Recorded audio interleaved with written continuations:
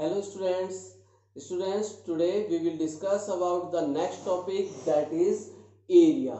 So first of all, what's the definition of area? What's the meaning of area is? The definition of area is area of a shape is the amount of space it covers. It means बेटा इसका मतलब क्या हो गया है कि किसी भी शेप ने कितनी जगह अंदर कवर कर रखी है वही उसका एरिया होता है। मान लीजिए आपने कोई शेप ये है, ऐसे ट्राइंगल लिया, स्क्वायर है, रेक्टेंगल है, कौन है, सिलेंडर हो गया कोई इस तरह से।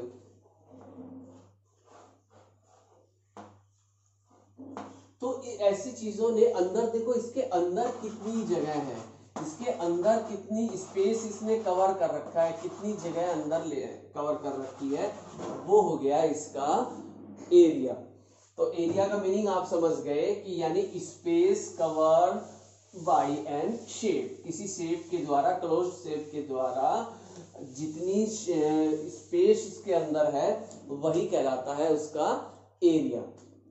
चलिए, एरिया को हमने समझा। एरिया जैसे कि एरिया और पेरीमीटर में आप अच्छे से डिफरेंस करना समझ गए होंगे। पेरीमीटर क्या था? बाउंड्री लाइंस का सम, ओनली बाउंड्री लाइंस का सम। और एरिया क्या है? इन बाउंड्री लाइंस के अंदर कितना स्पेस है वह हो गया एरिया। ये एरिया हो गया है और ये जो बाउंड्री लाइंस हैं ये इन सभी का सम कर देते हैं, तो ये हो गया है पेरीमीटर। सो जहां तक ख्याल आपको समझ में आ गया पेरीमीटर और एरिया में क्या डिफरेंस है। चलिए अब हम बात करते हैं पेरीमीटर या एरिया निकालते कैसे हैं। पेरीमीटर निकालना हम पहले कर चुके हैं, अब एरिया पर आते हैं। एरिया में क्या करना है, कुछ फॉर्मूलाज हैं। कैसे हैं देखिए, सबसे पहले हम लेते हैं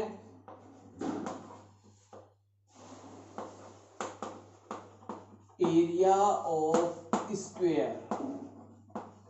स्क्वायर का एरिया निकालना हो, आपके सिलेबस में बेटा अभी केवल 2 फिगर्स है, 2 शेप्स है, रेक्टेंगल एंड स्क्वायर। इन दोनों शेप्स पर आपके एरिया बेस्ड क्वेश्चंस है। देखिए अभी area of square formula is side multiply side. And next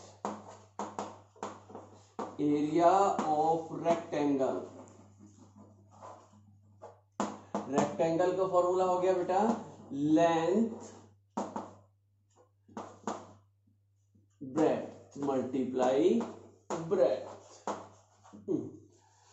ये 2 फॉर्मूले थे आपके पास। अभी 2 फिगर्स हैं जिनके एरिया से बारे में हम डिस्कस करेंगे, वो है रेक्टेंगल और स्क्वायर। तो area of square side multiply side, area of rectangle length multiply breadth. इसी फॉर्मूले से 2 सब फॉर्मूले और बनते हैं। देखिए फर्स्ट, अगर क्वेश्चन में एरिया पहले से गिवन है, ब्रेड्थ गिवन है, लेंथ निकालना हो, तो देखिए लेंथ के लिए फॉर्मूला क्या होगा, लेंथ निकालनी है। लेकिन अगर एरिया दिया हो तो ये हो गया है एरिया अपॉन ब्रेड्थ।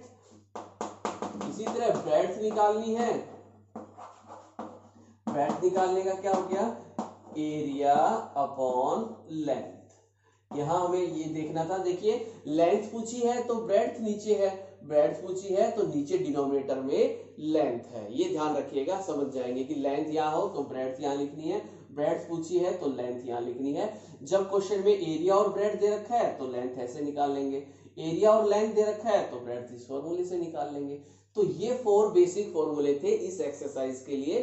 तो students exercise 18B question number 1 is find the area of rectangle if length and breadth are given। आपको एक टेबल नजर आ रही है जिसमें लेंथ और ब्रेड्थ गिवन है, हमें दी हुई है, और आपको सिंपल सा एरिया निकालना है। तो देखिए जैसे मैं इसमें एक पार्ट करता हूं, जैसे मैं इसका ए पार्ट करता हूं। ए पार्ट में मैंने लिया length equals to 20 centimetre and breadth is 8 centimetre. Then area, what's the area of rectangle? Area of rectangle, first we write the formula। पहले हम फॉर्मूला लिखेंगे, शॉर्ट में मैं लिख रहा हूं लेंथ मल्टीप्लाई ब्रेड्थ। अब लेंथ की जगह हमने लिख दिया 20 सेंटीमीटर, ब्रेड्थ की जगह हमने लिख दिया 8 सेंटीमीटर। आंसर हो गया 160 सेंटीमीटर स्क्वायर।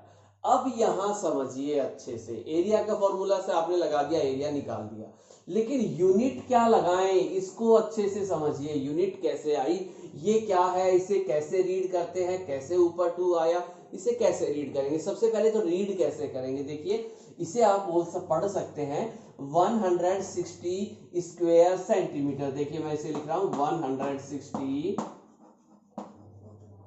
स्क्वायर सेंटीमीटर, या तो आप ऐसा पढ़ सकते हैं या 160 सेंटीमीटर स्क्वायर। इस तरह से आपको इसे रीड करना है, ऐसे रीड नहीं करना 160 सेंटीमीटर टू नहीं बोलना है, इसे क्या पढ़ेंगे, इसे हम स्क्वायर पढ़ेंगे। आपकी बुक में देखिए इस तरह का आंसर इस तरह से लिखा होगा 160 SQ.C, इस तरह से, तो इसे हम यही पढ़ेंगे 160 SQ का मतलब है स्क्वायर, तो 160 स्क्वायर सेंटीमीटर, तो आप इसे 160 स्क्वायर सेंटीमीटर पढ़े या सेंटीमीटर स्क्वायर पढ़े, और इसे बुक में इस तरह से लिखा होता है, लेकिन हम इस तरह से लिखेंगे क्योंकि अक्सर हम आगे नेक्स्ट क्लासेस में इसी तरह से लिखते हैं, तो हम इसी तरह से इसे लिखेंगे सेंटीमीटर स्क्वायर। तो ये थी इसकी यूनिट, पढ़ते कैसे हैं। अब ये आई कहां से, तो देखिए आई कहां से, इसका मीनिंग क्या है, देखिए सेंटीमीटर स्क्वायर कैसे बना। देखिए यहां आपने 20 और 8 को मल्टीप्लाई कर लिया, 28 जा 160। अब ये सेंटीमीटर स्क्वायर ये कहां से आया, तो देखिए नंबर का तो नंबर से मल्टीप्लाई आपने कर दिया, अब ये यूनिट सेंटीमीटर को सेंटीमीटर से मल्टीप्लाई कीजिए, सेंटीमीटर को सेंटीमीटर से मल्टीप्लाई करेंगे तो ये बन गया सेंटीमीटर स्क्वायर, इसे स्क्वायर पढ़ेंगे, ठीक है, सेंटीमीटर लिखकर और ऊपर थोड़ा छोटा लिखते हैं, ऐसे नहीं कि काफी बड़ा लिख दिया, थोड़ा छोटा लिख दीजिए इस तरह से। तो सेंटीमीटर, देखो नंबर से नंबर का मल्टीप्लाई, ये यूनिट का यूनिट से मल्टीप्लाई करेंगे तो इस तरह, लेकिन पेरीमीटर में ऐसा नहीं होता क्योंकि वहां पर इस तरह से मल्टीप्लाई नहीं होता, फॉर्मूला या तो होता है 4 मल्टीप्लाई साइड या 2 मल्टीप्लाई लेंथ प्लस ब्रेड्थ होता है, इसलिए वहां पर स्क्वायर नहीं आता। और दूसरा रीजन देखिए, एक चीज और है कि कोई आपसे पूछे कि 160 सेंटीमीटर स्क्वायर ये क्या चीज है, आपने कहा एरिया है, लेकिन एरिया मतलब क्या, देखो जैसे पेरीमीटर में तो आपने बता दिया भाई, जैसे ये है और इसका पेरीमीटर आ गया 25, तो आप बोल सकते हैं कि इसकी जो बाउंड्री लाइन है इसको अगर खोलकर सीधा करेंगे तो ये 25 सेंटीमीटर या 25 मीटर लंबी है, आप बता सकते हैं, इसे समझा सकते हैं। तो फिर इसे कैसे समझाएंगे कि ये 160 सेंटीमीटर स्क्वायर क्या है, ये 100 सेंटीमीटर स्क्वायर का मतलब है ये एरिया उसके बराबर है, यानी ऐसा रेक्टेंगल जिसके अंदर 1/1 सेंटीमीटर के स्क्वायर 160, इसके अंदर इस तरह के कितने स्क्वायर बन सकते हैं, 160 स्क्वायर बन सकते हैं। तो 160 सेंटीमीटर स्क्वायर का मतलब कि रेक्टेंगल का एरिया उतना है जितना 160 छोटे छोटे, अगर हम इस छोटे छोटे का मतलब है 1 सेंटीमीटर के 1 सेंटीमीटर के स्क्वायर जो है इस तरह से अगर हम रखते जाएं तो जितने 160 सेंटीमीटर स्क्वायर्स 1 सेंटीमीटर के 160 स्क्वायर को रखने पर जितनी जगह चाहिए 160 स्क्वायर्स को जिनकी साइड 1 सेंटीमीटर हो, ऐसे स्क्वायर्स को रखने के लिए कितनी जगह चाहिए, उतनी जगह इस रेक्टेंगल के अंदर है। इसका मतलब ये होता है, जैसे पेरीमीटर में यानी बाउंड्री लाइन इतनी लंबी है, तो इसका मतलब यानी ऐसा रेक्टेंगल जिसके अंदर 160 स्क्वायर्स हम रख सकते हैं जिनकी साइड 1 सेंटीमीटर हो। क्लियर? यस बेटा। अब हम आते हैं क्वेश्चन नंबर 2, जिसके अंदर इस तरह से फिगर्स कुछ ऑब्जेक्ट्स बनाए हुए हैं। फर्स्ट में हमें एक नंबर कार्ड बनाया हुआ है, सेकंड में एक एनवलप है, थर्ड पर एक टेबल है, फोर्थ पर एक बैडमिंटन कोर्ट है, और इनका हमें एरिया फाइंड आउट करना है। तो देखिए इसमें साइड दोनों सेम है, इट मींस ये क्या है, स्क्वायर है। चलिए ये एक स्क्वायर मान लेते हैं, स्क्वायर है तो स्क्वायर का एरिया क्या हो जाएगा, साइड मल्टीप्लाई साइड, यानी 6 सेंटीमीटर मल्टीप्लाई 6 सेंटीमीटर यानी 36 सेंटीमीटर स्क्वायर। दूसरा एक एनवलप है, इसका एरिया लेंथ मल्टीप्लाई ब्रेड्थ यानी 11 सेंटीमीटर मल्टीप्लाई 10 सेंटीमीटर, इसका एरिया आ गया 110 सेंटीमीटर स्क्वायर।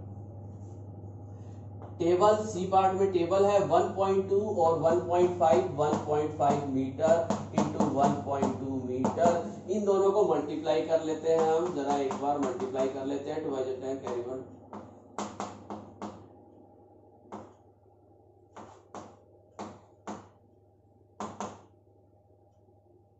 1.80, तो इसका आंसर आ गया बेटा 1.80 मीटर स्क्वायर।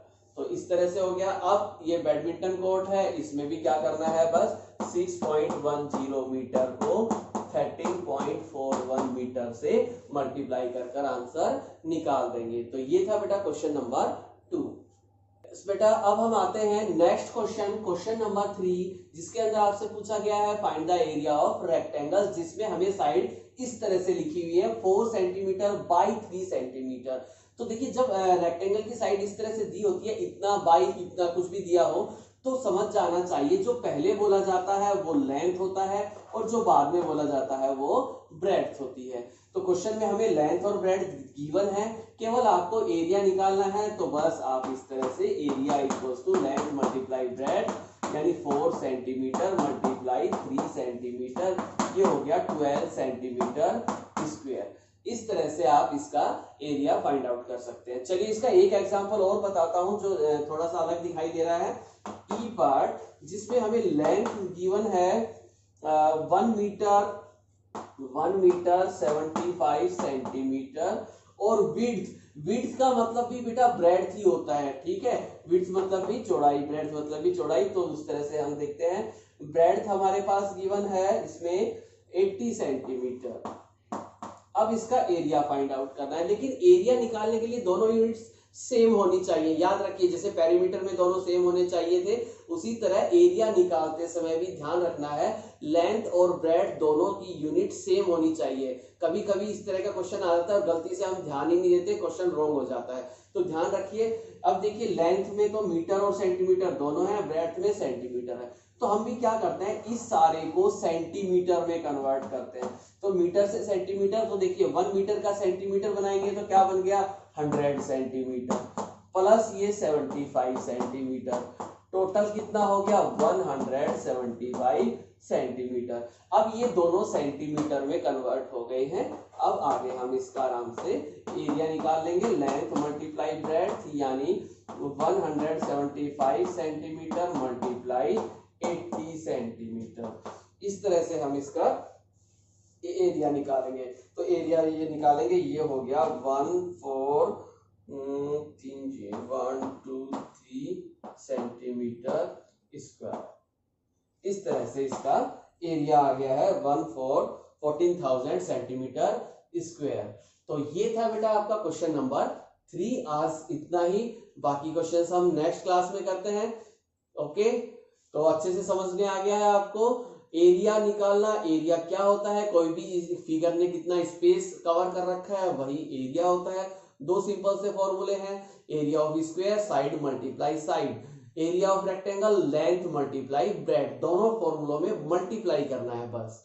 क्लियर? तो आप